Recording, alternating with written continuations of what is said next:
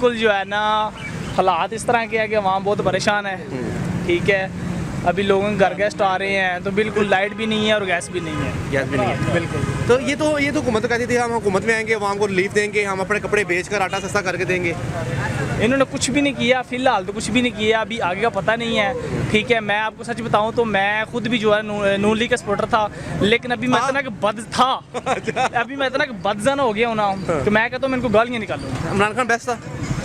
कुछ कह नहीं सकता, इमरान खान भी बस इसी तरह ही था।